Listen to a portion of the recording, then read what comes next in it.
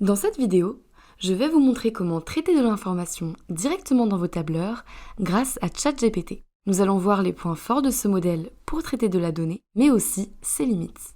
Pour cela, il faut avoir installé l'extension GPT for Sheets and Docs. Je vous explique comment le faire dans notre vidéo intitulée « Comment s'amuser avec ChatGPT dans un tableur Google » dont vous trouverez le lien en description. Prenons un exemple concret.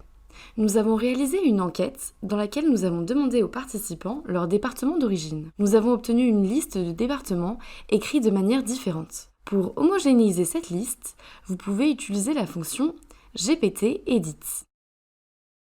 Cette fonction, elle permet de réaliser n'importe quelle instruction sur du texte.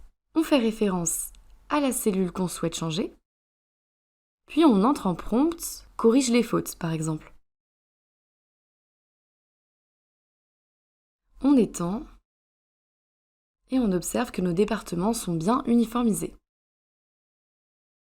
Pour traduire un texte, on peut utiliser la fonction GPT Translate. On indique la cellule à modifier, puis la langue, par exemple l'anglais. On étend sur toute la colonne et on a bien les pays traduits. Pour extraire des informations d'un texte, vous pouvez utiliser la fonction GPT Extract. Par exemple, vous pouvez l'utiliser pour récupérer l'année de naissance ou les initiales d'une personne. Dans cet exemple, on a des phrases et on souhaite extraire les métiers des personnes citées. On clique sur notre phrase, puis entre guillemets, on spécifie ce qu'on veut extraire, le métier.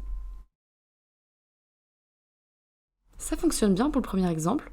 Maintenant, on va regarder le deuxième exemple où on a ajouté un piège. La personne est étudiante et aspire à devenir data scientist.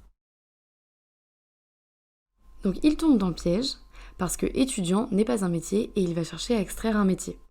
Donc essayons avec une autre phrase. Yvan est data analyst et souhaite devenir data scientist.